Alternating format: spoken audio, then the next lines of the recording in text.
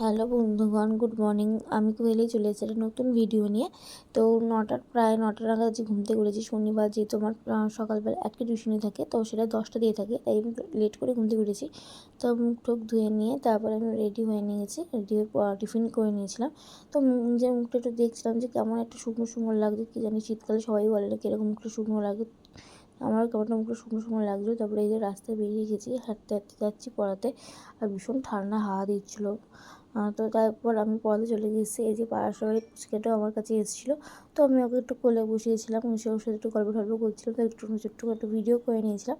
তারপরে পড়িয়ে এসে খাওয়া দাওয়া করে চলে গেছিলাম কাজে। কাজ থেকে চলে এসেছিলাম একটা বান্ধবীর বাড়িতে, ওর বাপের বাড়িতে এসেছিলো, ওর মেয়েকে নিয়ে এসেছিলো আজকে একটু তো ওকে ওই যে ওর মা একটু রেডি করে দিয়েছে, ওকে নিয়ে আমরা একটু ঘুরতে বেরিয়েছিলাম। ওর পুচকেটা অন্নপ্রাশনের ভিডিও কিন্তু তোমাদের সাথে আমি শেয়ার করেছিলাম, তোমরা নিশ্চয়ই ভিডিওটা দেখে নিয়েছো। তারপরে এই যে ওর দাদু ওর দিদির ছেলেকে নিয়ে গাড়িতে নিয়েছে, আর ওকেও পুচকেটাকেও গাড়িতে নিয়ে ওর দাদু বেরিয়েছে, তার সাথে আমরা তিনজনই বেরিয়েছিলাম।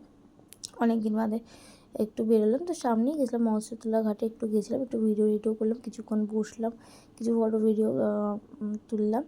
তো এইভাবে আজ সন্ধ্যাটা বেশ মজায় মজায় কেটে গেল। তারপর এই যে ওর বোন এই যে ঘুমিয়ে পড়েছে, ওর মাসির কোলে আছে, আর ওই যে ওদের দাদু ওকে গাড়ি করে নিয়ে ঘুরছে, বলছে গাড়ির থেকে আমি নামবো না, গাড়িতেই থাকবো।